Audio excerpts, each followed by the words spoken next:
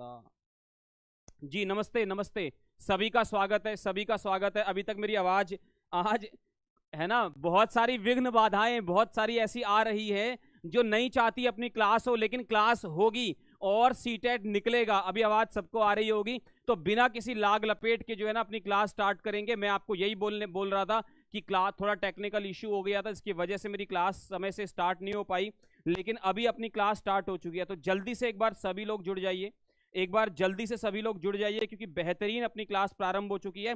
और बिना किसी लाग लपेट के पहला प्रश्न आपकी स्क्रीन पर आने वाला है। पहला, अभी आवाज आ रही है ना सभी को? राधे राधे, नमस्ते नमस्ते नमस्ते। अभी आवाज आ रही है ना सभी को अच्छे से? अभी आवाज आ रही है ना सभी को? आवाज आ रही है, आवाज आ रही है? ठीक है, चलो पहला प्रश्न आपकी स्क्रीन पे। चलो, ये सब आपको पता है, इसकी आज फॉर्मेलिटी। अरे क्या हो गया आज? अब देखो ये, अरे दादा, आज भाई जो है ना, आज जो है ना, आज बहुत प्रयास हो रहा है। जो जो विरुद्ध शक्तियां हैं ना, जो विरुद्ध शक्तियां हैं ना, वो बहुत प्रयास कर रही हैं अपनी क्लास ना हो, लेकिन क्लास होगी, क्लास होगी और बेहतरीन क्लास होगी। पहला प्रश्न आपकी स्क्रीन पे। ये सब आपको पता ही है कि हम जो है वो तैयारी कर रहे हैं संस्कृत की, और वेंसडे टू संडे मेरे साथ आपकी क्लास होती है 5 बजे। पहला प्रश्न आपकी स्क्रीन पे, मातृभाषा आधारित बहुभाषावाद नाम किम। ये सीटेट दिसंबर 2019 में आया हुआ प्रश्न है। आपको पेपर की तैयारी चाहे 1 की करनी हो चाहे 2 की करनी हो, ये सभी जगह ये प्रश्न आपको काम में आएंगे बेटा। तो एक बार सभी लोग जल्दी से क्लास को कर दीजिए शेयर, और सभी लोग आ जाइए क्लास में। सबको बता दीजिए अपनी क्लास जो है ना प्रारंभ हो गई है भैया। ऐसी क्लास जो आपको हमेशा, एक बार इसको थोड़ा सा मैं बढ़ा देता हूं। अच्छा, ये वाला हिस्सा बढ़ाना है क्या? चलो ठीक है, तो बताओ सब लोग, मातृभाषा आधारित बहुभाषावाद नाम किम। केवलम मातृभाषायाः अधिगमः कि मातृभाषा माध्यमेन अधिगमनः अधिगमः। प्रथमं मातृभाषायाः अधिगमः, तदनन्तरम् अधिकानां भाषाणां योगः, अनेक भाषाणां विदेशी भाषाणां च मातृभाषा रूपेण अध्ययनम। जरा बताओ, आज ट्रांसलेशन नहीं करूंगा भैया, आज ट्रांसलेशन नहीं करूंगा, क्योंकि बेहतरीन क्लास करने जा रहे हैं। एग्जाम में मैं आपके लिए साथ नहीं रहूंगा, तो आपका रिजल्ट कैसा रहेगा जरा बताओ। टाइम क्या है? जी जी जी, टाइम है बेटा 5 बजे। 5 दिन 5 बजे, 5 दिन 5 बजे आपकी क्लास होती है।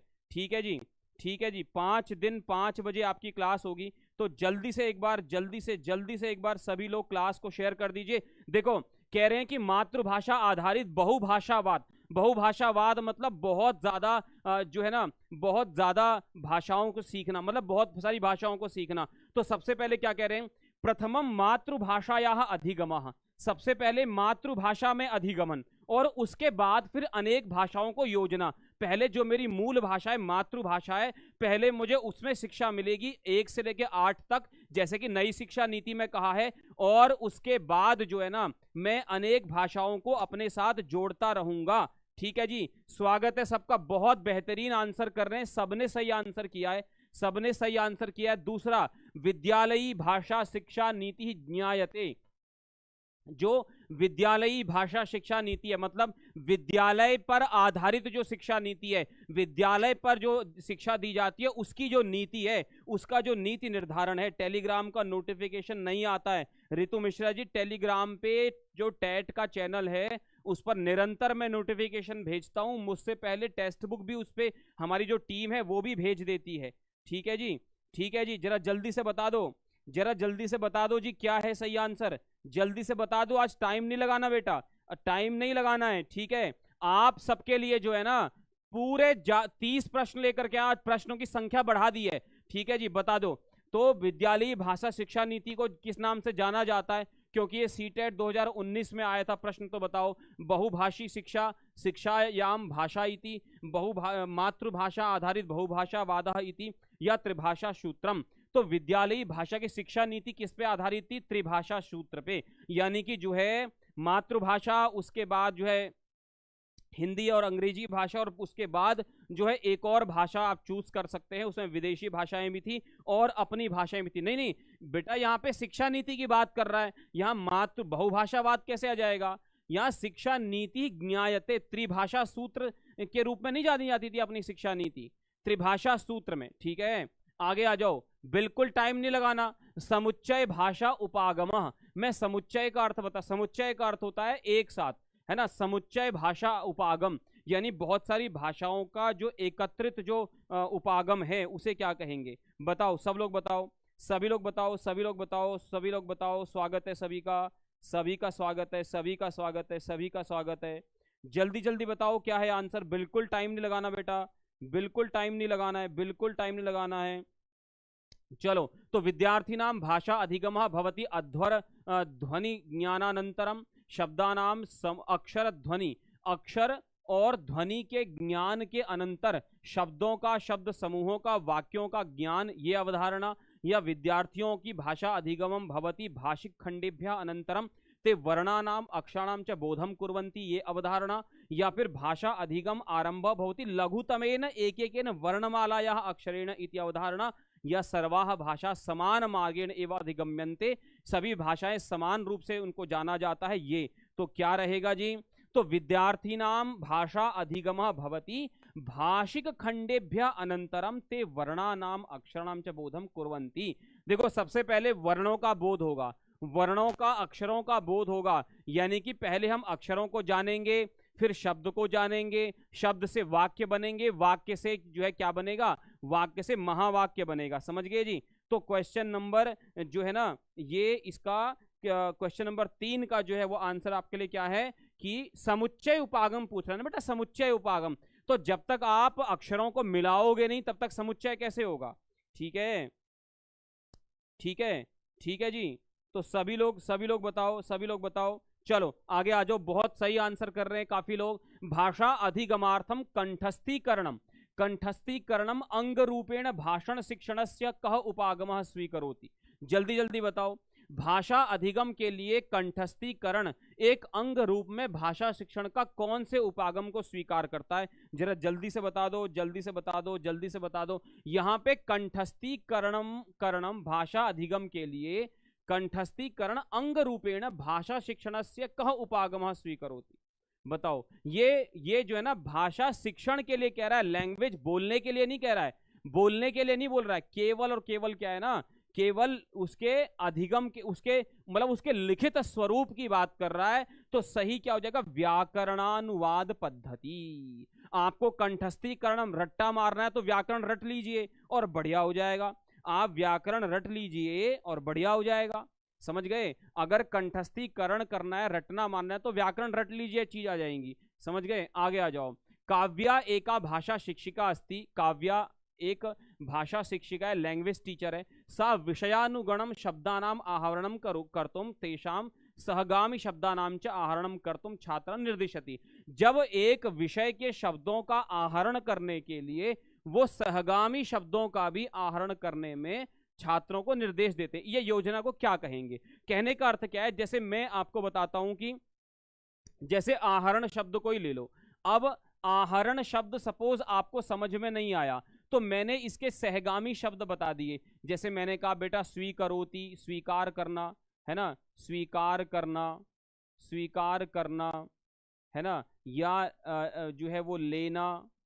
ठीक है, तो ये क्या हो गए? आहरण करना का सहगामी शब्द हो गए। तो इस योजना को आप क्या कहोगे? बताओ, सभी लोग बताओ, इस योजना को आप क्या कहोगे? इस योजना को आप क्या कहोगे? बताओ, सभी लोग बताओ, इस योजना को आप क्या कहोगे?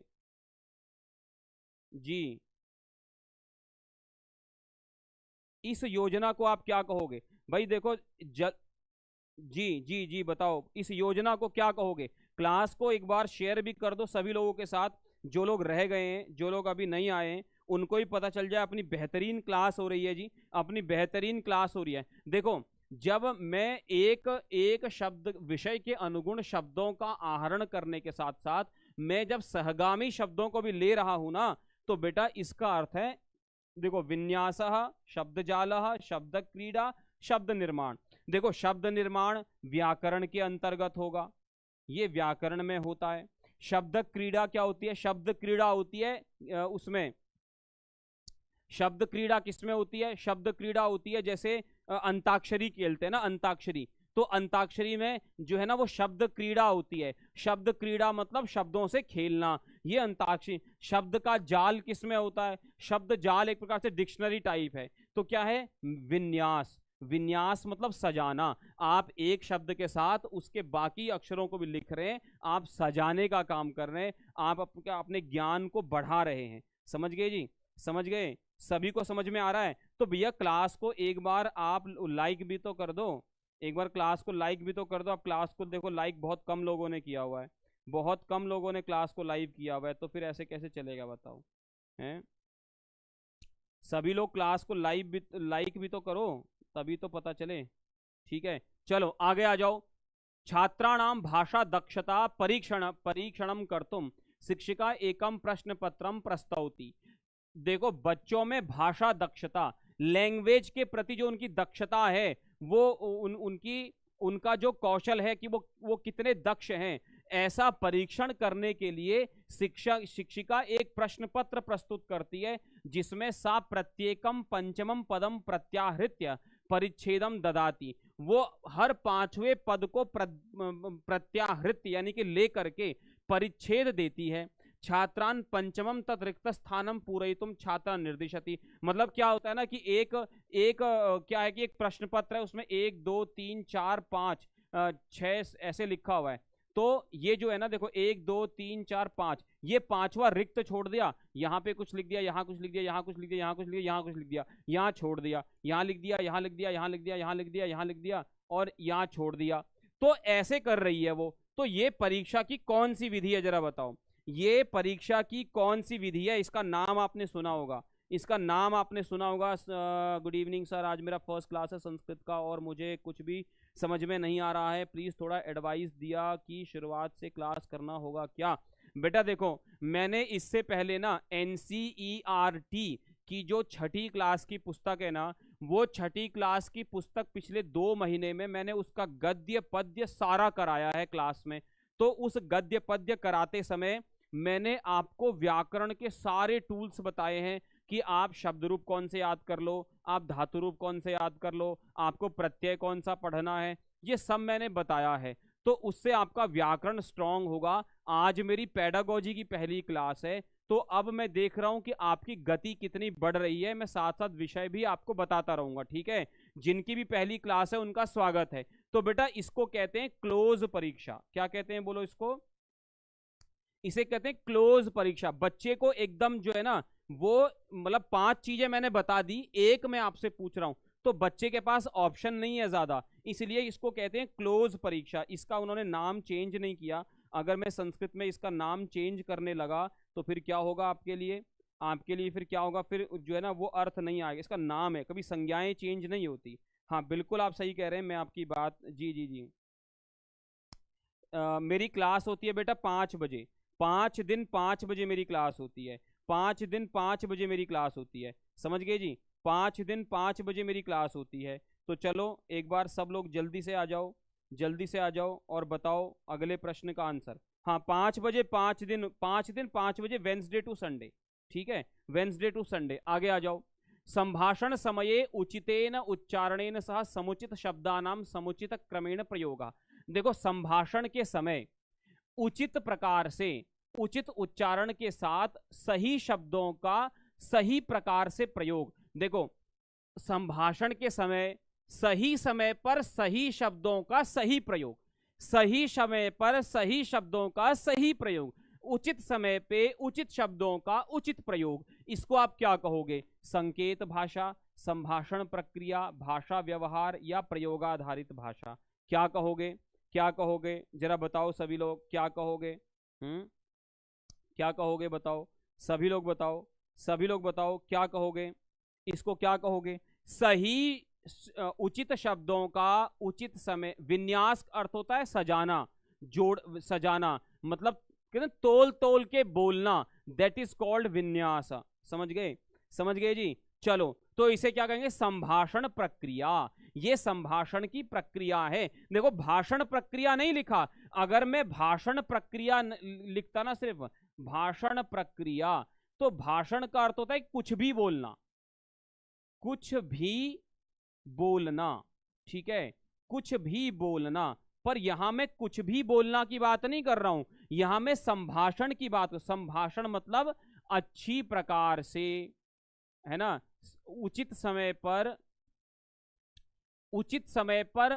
देखो इसका अर्थ क्या है, उचित समय पर, उचित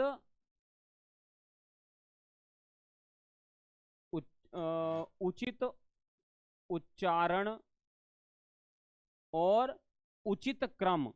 मैंने उच्चारण भी सही किया, उसका क्रम भी ठीक है और टाइमिंग भी ठीक है। समझ गए, समझ गए। जैसे एक एग्जाम्पल देता हूं आपको, फिर आगे बढ़ूंगा। जैसे एक एग्जाम्पल देता हूं, जैसे क्या है, जैसे देखो सैंधवम एक शब्द है, सैंधव, सैंधव शब्द है।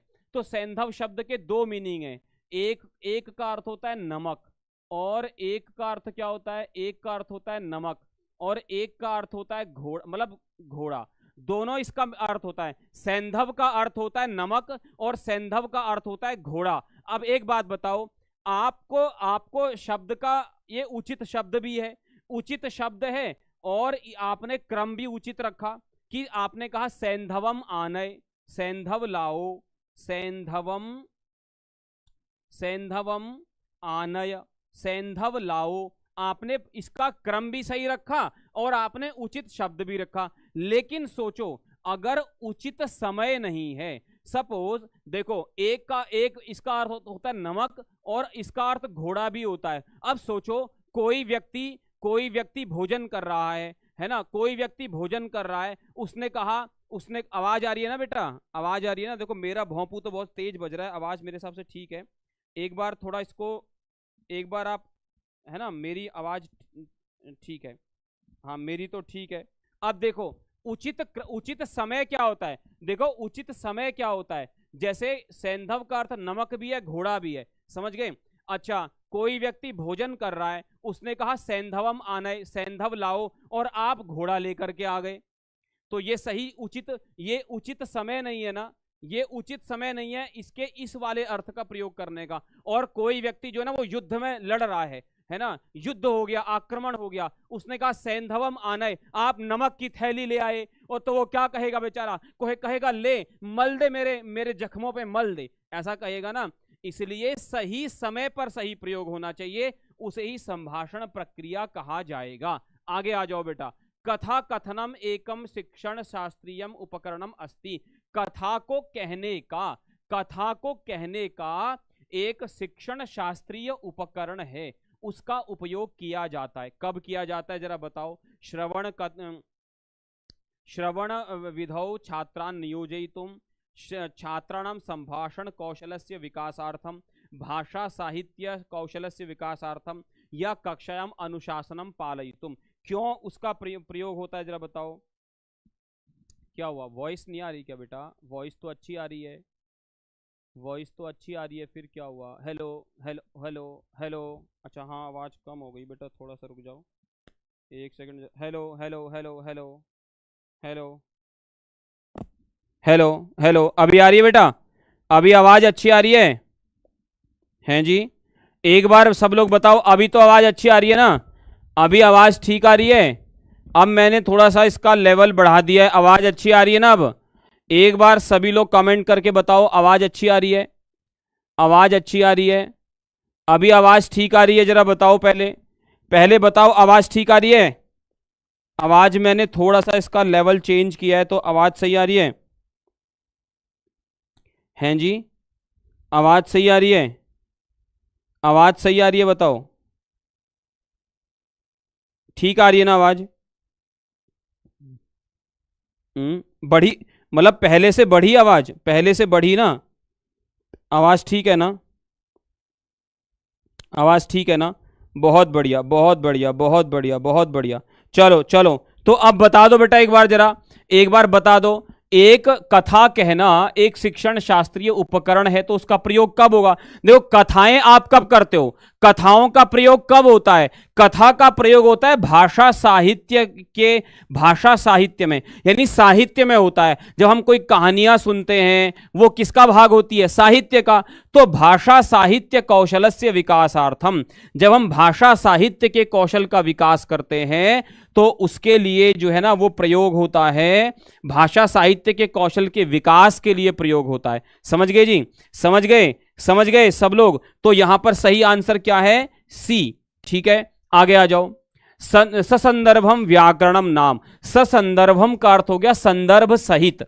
ठीक है जी, संदर्भ सहित, संदर्भ सहित। तो इसका अर्थ ससंदर्भम व्याकरणम नाम, संदर्भ सहित व्याकरण का नाम क्या होगा? बताओ, संदर्भ सहित व्याकरण का नाम क्या होगा? संदर्भ सहित व्याकरण का नाम क्या होगा, जरा बताओ। हाँ हाँ, बताओ बताओ, सभी लोग बताओ, सभी लोग बताओ, सभी लोग बताओ, सभी लोग बताओ। संदर्भ सहित व्याकरण का नाम क्या होगा? संदर्भ सहित व्याकरण का नाम क्या होगा? देखो, पुनः पुनः अभ्यास बलेन व्याकरणस्य अधिगमनम, पूर्वम रूपाणाम ज्ञानम अनंतरम प्रयोगः इति प्रवृत्ति, स्वाभाविक भाषायाः उदाहरणेषु रूपाणाम परिचयः तथा च संदर्भे तेषां अध्ययनम, व्यवस्थित संरचना माध्यमेन रूपाणाम अधिगमनम येन विद्यार्थी क्रमशः विकासम प्राप्नोति। देखो, संदर्भ सहित व्याकरण का प्रयोग क्या होता है भाई? आप कभी भी, अच्छा एक बार बताओ, संदर्भ सहित व्याकरण क्या होगा? लड़का लड़का आती है, लड़का और लड़की लड़की आता है। अब बताओ, ये संदर्भ के अनुसार व्याकरण सही है? भाई व्याकरण में तो आती भी है और आता, दोनों व्याकरण में ही आता है। जब आप व्याकरण पढ़ते हो ना तो व्याकरण तो आती भी है और आता है, दोनों ठीक है। लेकिन संदर्भ क्या है? संदर्भ क्या है? अगर लड़का आ रहा, अगर लड़का है तो आती है, तो गलत हो जाएगा। लड़का संदर्भ है तो आता है और लड़की संदर्भ है तो आती है। तो संदर्भ सहित व्याकरण का नाम क्या होगा?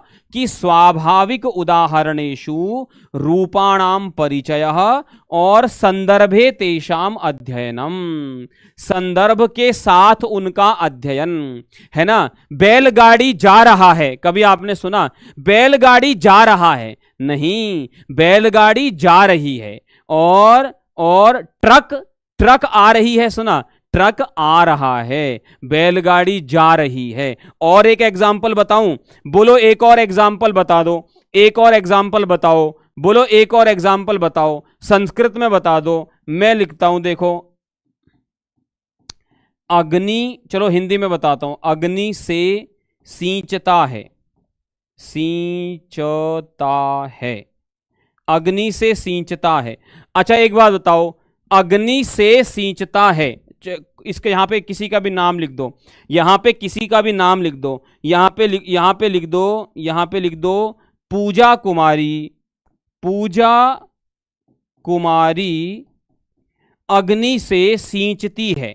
ठीक है, अब देखो यहां पूजा कुमारी भी सही है, अग्नि से भी सही है, सींचती है भी सही है। मैंने कुमारी, ये स्त्रीलिंग है तो सींचती है भी कर दिया। अब तो ये वाली बात भी ठीक है, फिर भी आप इसको प्रयोग कर सकते हो क्या? ये संदर्भ सही है क्या? आप बताओ। पूजा, अगर व्याकरण की दृष्टि से देखो ना, अगर व्याकरण की दृष्टि से देखो, रजनी शर्मा जी नमस्ते, स्वागत है।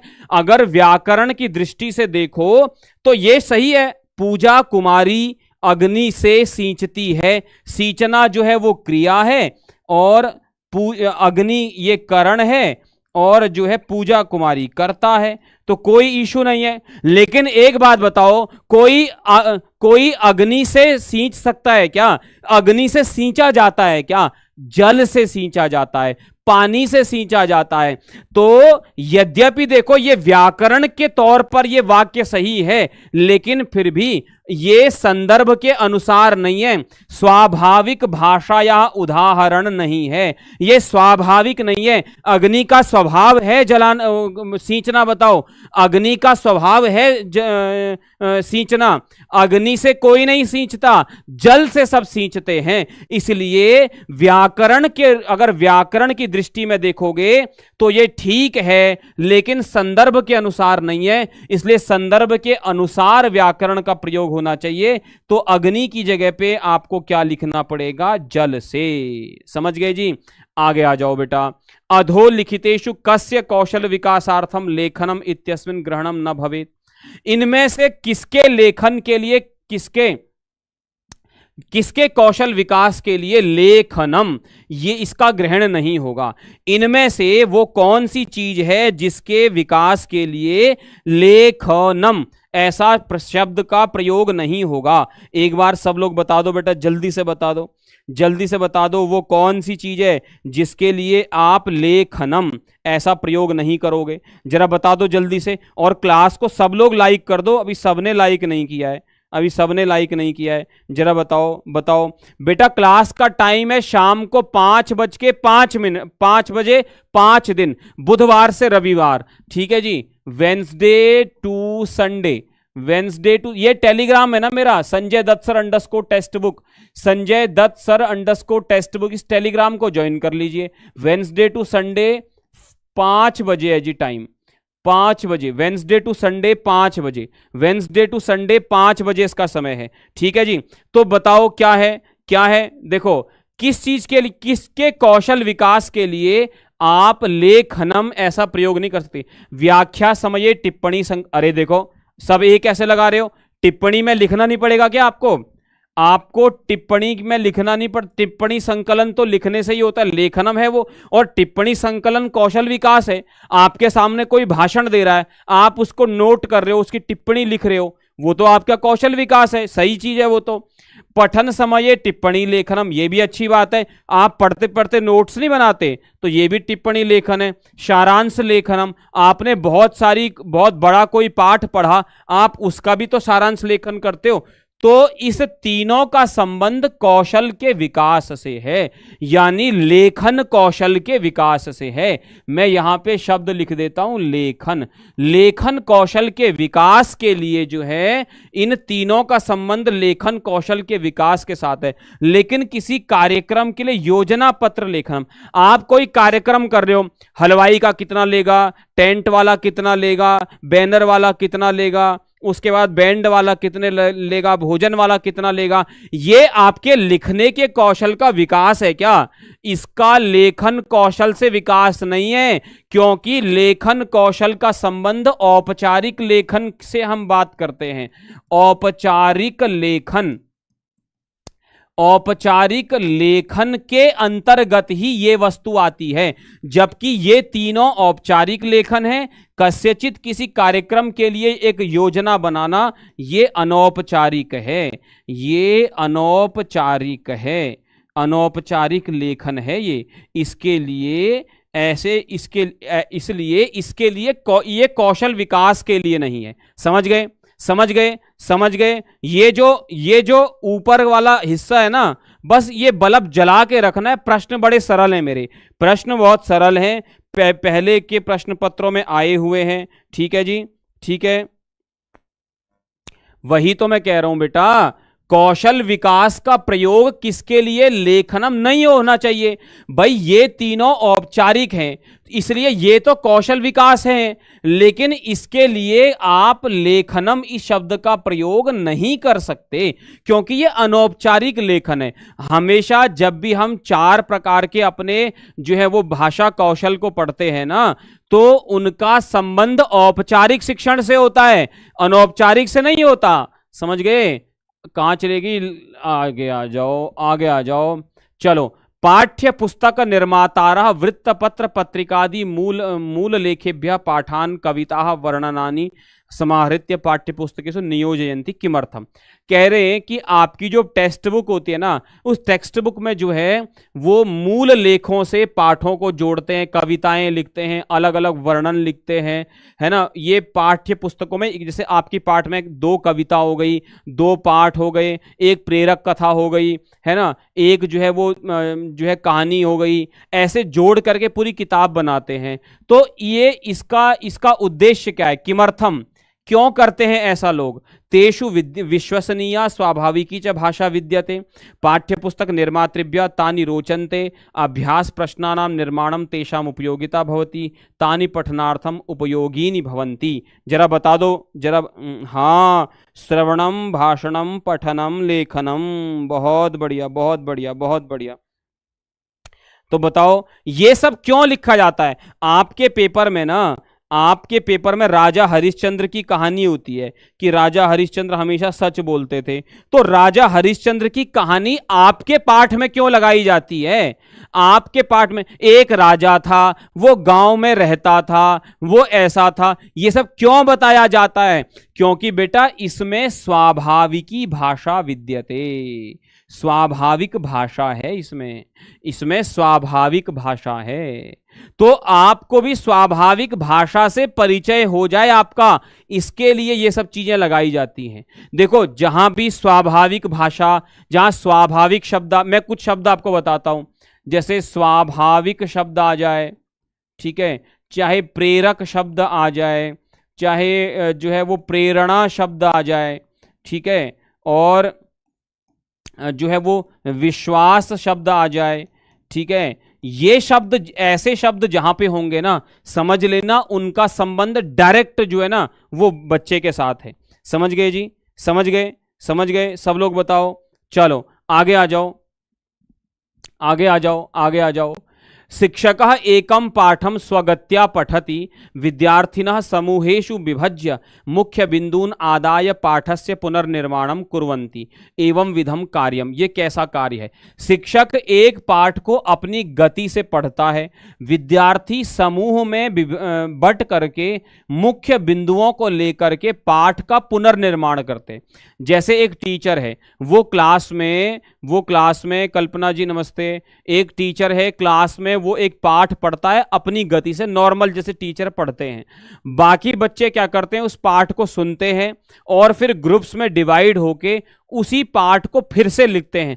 मतलब हर ग्रुप का पाठ, अब हर ग्रुप के पाठ पूरा एक पाठ है। तो जरा बताओ एक बार कि उसको, वो इस प्रकार के कार्य को हम क्या कहेंगे? इसको हम क्या कहेंगे? जरा बताओ, इसको बताओ। मैंने आपको हिंट दे दिया बेटा, मैंने हिंट दे दिया बेटा, सरल या सहज, स्वाभाविक, हाँ, सरल, सहज, प्रेरक, उत्प्रेरक, है ना, ऐसे शब्द आ जाएं। तो जरा बताओ ये क्या है? देखो मैंने आपको बोला कि टीचर अपनी गति से बोल रहा है, बच्चों ने कान से सुना और सुन करके उसके बाद उन्होंने पाठ को लिखा। अरे दादा, सिर्फ सुना थोड़ी, आप पारस्परिक श्रुतलेख ज्यादातर बच्चे बता रहे हैं, सिर्फ सुना थोड़ी है, उन्होंने लिखा भी है भाई, लिखा भी है। व्याकरण श्रुतलेख, भाई देखो, एक तो होता है लिखना, अच्छा लिखोगे बुरा लिखोगे? बताओ, अच्छा लिखोगे ना। तो व्याकरण श्रुतलेख यानी कि लिखने का औचित्य क्या है? ये क्यों करवाया जा रहा है कि बच्चे शुद्ध लिखें, यानी व्याकरण श्रुतलेख, केवल श्रुतलेख नहीं भाई। पारस्परिक श्रुतलेख क्या होता है? पारस्परिक मतलब आपस में लिखा जा रहा है, वो गलत लिखे सही लिखे पता नहीं। भाई टेंट वाला आया, टेंट वाले ने कहा हाँ बाबूजी आप, टेंट वाला आया ऐसे कान में ऐसे पेन लगा करके, बोला हाँ, मेरा माइक लगा हुआ है तो अटक नहीं रहा है, बोला हाँ बाबूजी बताओ कितने डोंगे भेज दूं? ठीक है 5 डोने, 3 पतीले चाहिए, ठीक है इतना चाहिए, 2 टेंट भेजूंगा, 4 कुर्सियां चाहिए बड़ी वाली, 5 टेबल चाहिए और 2 कुर्सियां एकदम बढ़िया चाहिए दूल्हा दुल्हन के लिए। तो ये भी तो पारस्परिक श्रुतलेख हो रहा है, सुन करके लिख रहा है अगला आदमी, सुन करके लिख रहा है, पर ये ऑफिशियल नहीं है, औपचारिक नहीं है बेटा, इसलिए व्याकरण श्रुतलेख। इसको क्या कहेंगे? इसको क्या कहेंगे बोलो? व्याकरण श्रुतलेख। देखो कोई भी आंसर करो ना, वो संविधान से बाहर नहीं होना चाहिए। संस्कृत पेडागोजी का संविधान क्या है कि जो हमने पेडागोजी के टूल्स पढ़े हैं ना, उसके बाहर नहीं होगा। और संस्कृत पेडागोजी का जो भी आंसर होगा ना, वो औपचारिक शिक्षण के परिप्रेक्ष्य में ही आपको बताना है, उसके आगे नहीं बताना है। समझ गए? समझ गए? कोई शंका किसी के मन में कोई शंका किसी के मन में? चलो आगे आ जाओ, आगे आ जाओ। प्रथम भाषा विकास साधारणतया ज्ञायते। प्रथम भाषा विकास को साधारणतया किस नाम से जानते हैं? अधिगम, अधिग्रहणम, परिवर्धनम, संज्ञानम। क्या कहोगे बताओ, क्या कहोगे बताओ जल्दी से। जो प्रथम भाषा विकास का साधारण रूप में है ना, एकदम साधारण, प्रथम भाषा विकास साधारणतया किस रूप में जाना जाता है? सबसे पहले आपको क्या होता है, देखो बच्चा क्लास में जाता है, बच्चा पहली बार जो है ना वो इस पृथ्वी पे आता है, वो कुछ चीजें सुनता है, उसको पता चलता है अच्छा ये माँ है, ये पिता है, अच्छा इसको माँ बोलते हैं, तो ये सब कुछ क्या है, वो अधिग्रहण कर रहा है, उसको कोई मतलब नहीं, उसको वो एनालिसिस नहीं करता ऐसा होता है या नहीं होता है ना, वो ऐसा कुछ एनालिसिस नहीं करता, वो बस क्या करता है, इंस्टॉल करता है, इंस्टॉल करता है, इंस्टॉल करता है, दैट इज अधिग्रहणम। अधि मतलब चारों ओर से, अधि का अर्थ होता है चारों ओर से, मतलब सभी प्रकार से, चारों ओर से या सभी प्रकार से, सभी प्रकार से। ग्रहणम, ग्रहणम मतलब स्वीकार करना, सभी प्रकार से स्वीकार करना। उस समय पे चिंतन नहीं होता। अगर आप प्री एजुकेशन में देखो, ये प्रश्न कहां पे आया है, ये पहले से 5वीं क्लास के उसमें प्रश्न आया है। अब देखो इसमें क्या है, पहले से 5वीं क्लास तक में ना बच्चे को हम ये नहीं बताते कि बेटा ये क्या होता है, हम उसको रटवाते हैं, अधिग्रहण करवाते हैं, अधिग्रहण करवाते हैं, है ना। सुबह सुबह जो है वो अ से अनार, आ से आम, ई से इमली, ई से ईक, ऊ से उल्लू, ऊ से ऊक, ऐसे ऐसे ऐसे ऐसे रटवाते रहते हैं। बाद में बताते हैं बेटा अ से आम, आम एक फल होता है, फल का रस भी होता है, रस मीठा होता है, जो आम कच्चा रहता है उसका रस खट्टा होता है, जो आम पक जाता है उसका रस मीठा होता है। ये सारी चीजें बताते हैं बाद में, समझ गए जी। तो अधिग्रहणम। आगे आ जाओ, आगे आ जाओ, मुझे लग रहा है आज प्रश्न कम ही हो पाएंगे। कस्याश्चित शिक्षिकायाः कक्षायां छात्राणां मातृभाषाः विभिन्नाः सन्ति, सा प्रत्येकं छात्रं स्वभाषया परस्पर अभिवादयितुं निर्दिशति। प्रतिदिनं छात्राः विभिन्नभाषाणां शब्दैः सह परिचयार्थं प्रयत्नशीलाः भवन्ति, एवं शिक्षिका साधनरूपेण अधोलिखिते तु कतमम आश्रयति। देखो बच्चे में क्लास में बहुत सारे बच्चे हैं, एक बच्चा ओडिया बोलता है, एक बच्चा बंगाली बोलता है, एक बिहारी बोलता है, एक भोजपुरी बोलता है, एक मैथिली बोलता है, एक गुजराती बोलता है, एक पंजाबी बोलता है, एक हिमाचली बोलता है, एक तमिल बोलता है, एक तेलुगु बोलता है, एक कन्नड़ बोलता है, एक मलयालम बोलता है, तो एक मराठी बोलता है। इन सभी बच्चों को टीचर कहती है तुम जो है ना वो अपनी अपनी भाषा में जो है ना कल से अभिवादन करना, और बच्चे ऐसा कर भी रहे हैं। तो यहां पर टीचर करना क्या चाहती है, टीचर करना क्या चाहती है, टीचर जो है ना संसाधन के रूप में बहुभाषावाद। देखो संसाधन हो गए ना अपने आप, आपको मराठी वाला मिल गया, आपको अभी मराठी वाले की बातें सुनेंगे तो मराठी वाला क्या कहेगा, नमस्ते, आमच्या टेक्स्ट बुक मध्ये तुमचा स्वागत है ना। आप ओडिया को कहोगे तो वो कहेगा जुहार, केमेती अच्छा, है ना, बस। अगर आप बंगाली आएगा बोलेगा नमस्कार, केमन आछेन, है ना। इसी प्रकार, और जब क्लास में आएंगे भोजपुरी वाले भैया क्या कहेंगे, है ना, सच कहतनी, सच कहतनी, मेहनत करबो, परिश्रम करबो तो कर सफलता जरूर मिली। तो हर कोई अपनी अपनी भाषा में बोल रहा है, जिससे आपका बहुभाषावाद एक संसाधन के रूप में अब हमारे पास एक संसाधन आ चुका है ऑलरेडी। समझ गए जी, समझ गए। आगे आ जाओ। विद्यार्थिभ्यः एकस्याः भाषायाः परिचयार्थं कतमः मार्गः न समुचितः। विद्यार्थियों के लिए एक भाषा के परिचय के लिए कौन सा मार्ग ठीक नहीं है। अन्त्यानुप्रास कविता भी गीतैः च शब्दैः लघुवाक्यैः च वर्णमालायाः अक्षराणां शिक्षणेन मौखिक श्राविक दान प्रदान द्वारा। बड़ा सरल आंसर है, बहुत सरल आंसर है। बताओ बताओ बताओ बताओ सभी क्या कह रहे हैं। अवनी जी क्या कह रही हैं, आपको सब लैंग्वेज आती है? कुछ लैंग्वेज आती है बेटा, मेरा पीएचडी का विषय ही ये है, और भारतीय भाषाओं को सीखना मेरा शौक है, तो काफ़ी सारी भाषाएं थोड़ा बहुत नमस्ते इत्यादि इत्यादि मैं बोल लेता हूँ। चलो बताओ बताओ, विद्यार्थियों में एकस्याः भाषायाः परिचयार्थम कतमः मार्गः न समुचितः। देखो जब हम भाषा की बात कर रहे हैं ना, देखो हम भाषा के परिचय की बात कर रहे हैं, हम भाषा के परिचय की बात कर रहे हैं, ठीक है, हम भाषा के परिचय की बात कर रहे हैं।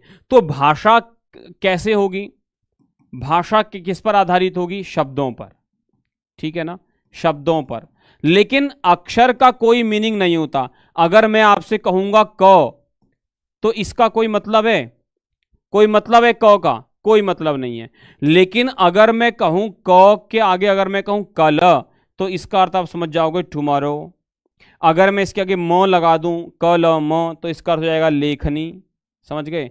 तो वर्णमाला के अक्षरों के शिक्षण के द्वारा आप भाषा के परिचय के लिए मार्ग सरल नहीं है, ठीक नहीं है, लेकिन जो है अंत्यानुप्रास कविता और गीतों के द्वारा दे सकते हो। कभी कभी ऐसा होता है ना कि किसी भाषा में हमने कोई गीत सुना होता है, ओडिशा मो ओडिशा, आपने गीत सुना ओडिया में, आपको ओडिया भाषा में बहुत अच्छा लगा, आप जो है वो ट्रेन में बैठे थे और जो है जैसी आपकी ट्रेन बंगाल से गुजरी तो गाना बजा, तो के एकर देखर लुकिए की मजा से तो अमी छाड़ा के जाने ना। अब आपने देखा है ना, तो क्या हो गया, तो क्या हो गया, आपके मन में उसके प्रति प्रेम उमड़ गया। तो गीतों के द्वारा हो सकता है, शब्दों और लघु वाक्यों के द्वारा हो सकता है, मौखिक श्राविक आदान प्रदान के द्वारा हो सकता है, लेकिन अक्षर के शिक्षण के द्वारा भाषा का ज्ञान नहीं हो सकता। ये सही मार्ग नहीं है। समझ गए, समझ गए। तो चलो बेटा आज की क्लास में इतना ही रखेंगे क्योंकि टाइम हो चुका है, अगली भी मेरी क्लास है ना। तो आज एक टेक्निकल फॉल्ट की वजह से मैं आपको ज़्यादा प्रश्न नहीं करा पाया, हालांकि मैं 30 प्रश्न लेकर के आया था। आज मुझे आपको 30 प्रश्न कराने थे। अगर आप देखो आगे तो ये मैं आपके लिए बहुत सारे प्रश्न लेकर के आया था और मैं आपको टोटल 30 प्रश्न कराना चाहता था, लेकिन कुछ टेक्निकल इशू भी हुआ, हमारी क्लास 10 मिनट लेट भी हो गई और जो है वो हम आगे इसको कंटिन्यू करेंगे। तो तहलका मचा देंगे बेटा, रोज पेडागोजी क्लास करेंगे। इस हफ्ते 4 दिन और पेडागोजी करेंगे, अगले हफ्ते भी पेडागोजी करेंगे। उसके बाद जो हफ्ता आएगा, 2 हफ्ते बाद जो है ना, फिर हम एनसीईआरटी की क्लास 7th की पुस्तक रुचिरा खत्म करेंगे। हमने क्लास 6th वाली कर ली है, 7th करेंगे, 8th करेंगे। मैं आपको गारंटी दे रहा हूं बेटा, लिख के गारंटी दे रहा हूं, CTET में जितना व्याकरण आता है, जितने श्लोक आते हैं, जितना पद्यांश और जितना गद्यांश आता है ना, सारा गद्यांश एनसीईआरटी से आता है। तो एक भी प्रश्न नहीं छोड़ूंगा इस बार। समझ गए, समझ गए। चलिए ठीक है। इति उक्त्वा विरमामि नमामि यामि च। वंदे मातरम। जयतु संस्कृतम, जयतु भारतम, जयतु टेक्स्ट बुक सुपर कोचिंग इति।